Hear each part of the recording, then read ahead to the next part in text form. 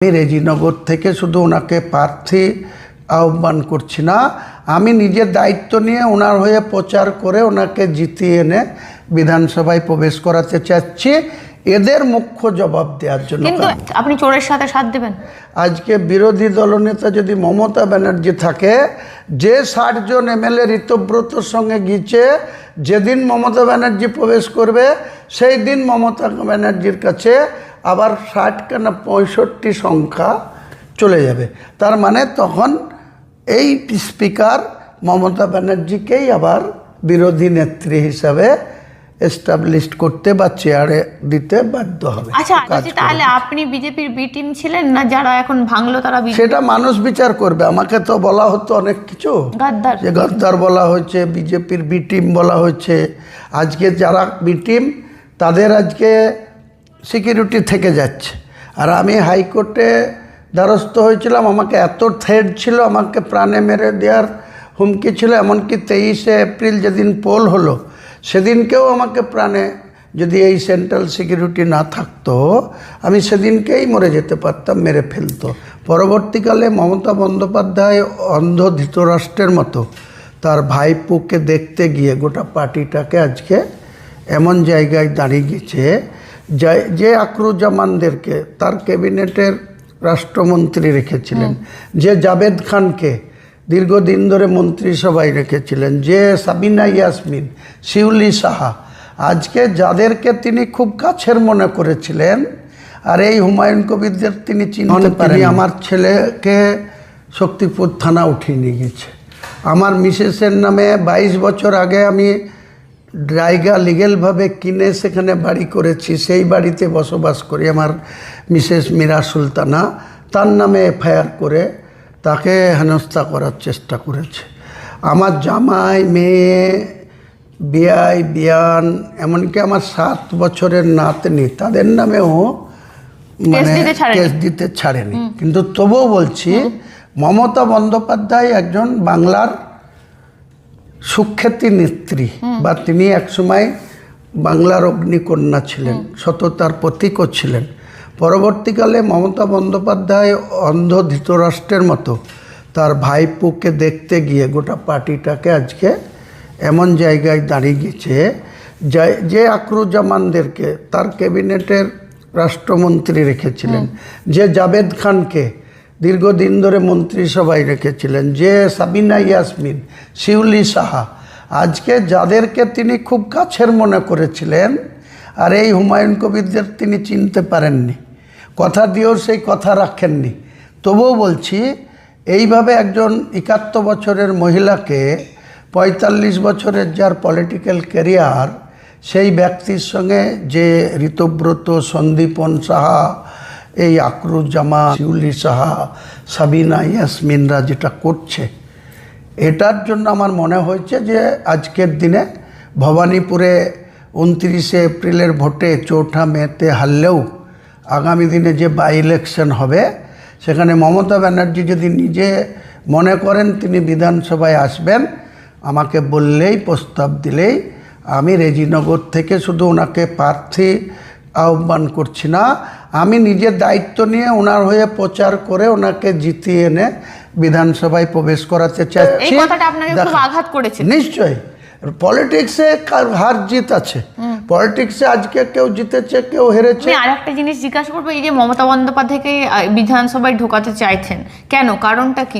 আমি একটাই কারণে, যে শুভেন্দু অধিকারী মুখ্যমন্ত্রী হয়েছে, তার বিপুল সমর্থন, 208টা আসন।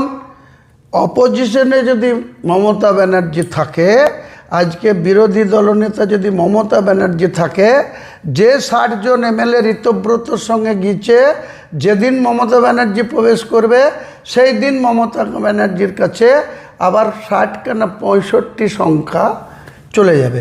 তার মানে তখন এই স্পিকার মমতা ব্যানার্জিকেই আবার বিরোধী নেত্রী হিসাবে এস্টাবলিশ করতে বা চেয়ারে দিতে বাধ্য হবে। আচ্ছা, আর একটা জিনিস হচ্ছে, আপনি তো দল ভাঙেননি, আপনি নিজে বেরিয়ে গেছেন, আলাদা দল করেছেন। আমাকে বাধ্য করা হয়েছে, অসম্মান করা হয়েছে। আমাকে ববি হাকিম, যে দুজনকে পাশে বসিয়ে আজ নিয়ামত হাজি এবং আকরুজ্জামান কে পাশে বসে বলেছিল কি আপনাকে আমার বহিষ্কার অপরাধ কি, যে আমি নাকি বাবরি মসজিদ কেন করতে যাব, উনি মন্দির করতে পাবেন, আমি মুসলমান একটা মসজিদ করতে পাবো, উনি তারাপীঠের পোস্ট ট্রাস্টের চেয়ারম্যান থাকবেন। থাকবেন। হ্যাঁ। তো এই ধরনের তারকেশ্বরে। অন্যায়ের আজকে তারা শাস্তি পেয়েছে। ববি হাকিম রিজাইন করলো কি? ওই এই তো গেমটা কি ববি এটা হাকিম হওয়ারই খেলছে? ছিল।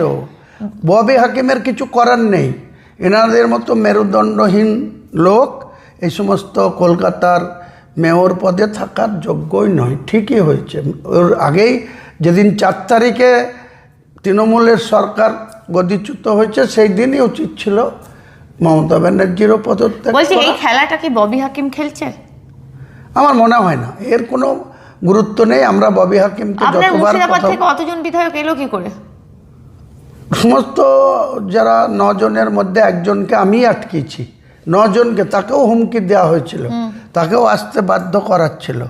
বাবর আলী, সে আমার ঘটনাক্রমে আমার ভাগনা, আমার পিস্তুত বোনের ছেলে। তাকে আপনি বারণ করলেন? আমি তাকে বললাম, তোকে টিকিট দিয়েছে মমতা ব্যানার্জি, তুই মানুষের ভোটে বিধায়ক হয়েছে, তুই যাবি না, তোর কে কী করে আমি দেখে নেবো। সে আমার ভরসায় মমতা ব্যানার্জির প্রতি আস্থা রেখেছে। তাকে তো আমি বলিও নি যে আমার পার্টিতে আসতে হবে, তাকে বলেছে তুই মমতা ব্যানার্জির টিকিট দিয়েছে, মমতা তার মানে ব্যানার্জি। আপনি অ্যাকচুয়ালি সত্যি কথা বলতে আপনি গাদ্দারি করেননি, মমতা ব্যানার্জি আপনাকে তাড়িয়ে দিয়েছে। হ্যাঁ তাই আপনি করেছে, তার পরিণতি আজকে সে ভুগছে।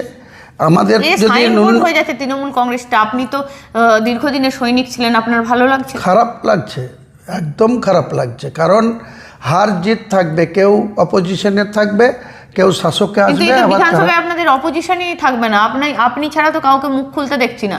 নওশাদ সিদ্দিকী কোথায়? নওশাদ সিদ্দিকী কোথায় সেটা মাঝে মাঝে দেখবেন, ও বড় বড় কথা বলে, কিন্তু সাধারণ মানুষের পক্ষে আজকে আমরা তোহা সিদ্দিকী সাহেবকে বহু কথা বলতে দেখতাম। যখন শুভেন্দু অধিকারী কুরবানি নিয়ে 1950 সালের পুলিশ প্রশাসন লিফলেট বিলি করছে, তখন দেখা যাচ্ছে নাখোদা মসজিদের ইমাম শফিক সাহেব এবং তোহা সিদ্দিকী একদম 1 ঘন্টার মধ্যে সারেন্ডার করছে, বলছে আমাদের কোরবানি করার দরকার নেই। আচ্ছা, আর একটা বিষয় আপনাকে জিজ্ঞাসা করবো, এই এখন যে রাজনৈতিক দোলাচল চলছে, কাল থেকে শুরু হয়েছে, আপনিও আজকে বাউন্সার দিয়েছেন, কার্যত এই দোলাচলের মধ্যে কি বিধানসভাটা আপনাদের এর আলটিমেট কোনো কাজ হবে না? এইসবই হতে থাকবে নাকি ভাঙাচোরা? দেখেন, এখানে কি সিন্ধে মডেল হবে নাকি? 9 তারিখে মুখ্যমন্ত্রী শপথ নিয়েছে, সাধারণ বিধায়কদের মন্ত্রী বাদে গত 1 তারিখে আবার 35 জন মন্ত্রী শপথ নিল। মন্ত্রীরা তাদের সুযোগ সুবিধা যা যা স্যালারি সবই কিন্তু পাবে, কিন্তু সাধারণ বিধায়কদের যে স্ট্যান্ডিং কমিটিতে মেম্বার হতে হয় বা তাদের সাপ্তাহিক যে মিটিং করতে হয়, যে অ্যাটেন্ডেন্স দিতে হয়, তারপরে তাদের 2000 করে ডেলি অ্যালাউন্স অ্যালট হয়। এখন পর্যন্ত 4 মে, আজকে জুনের 4, 1 মাস হয়ে গেছে, এখনও বিধানসভায় কোনো যে 38টা স্ট্যান্ডিং কমিটি আছে, কোনো কমিটি এখনো তৈরি হয়নি। এই কমিটি যতক্ষণ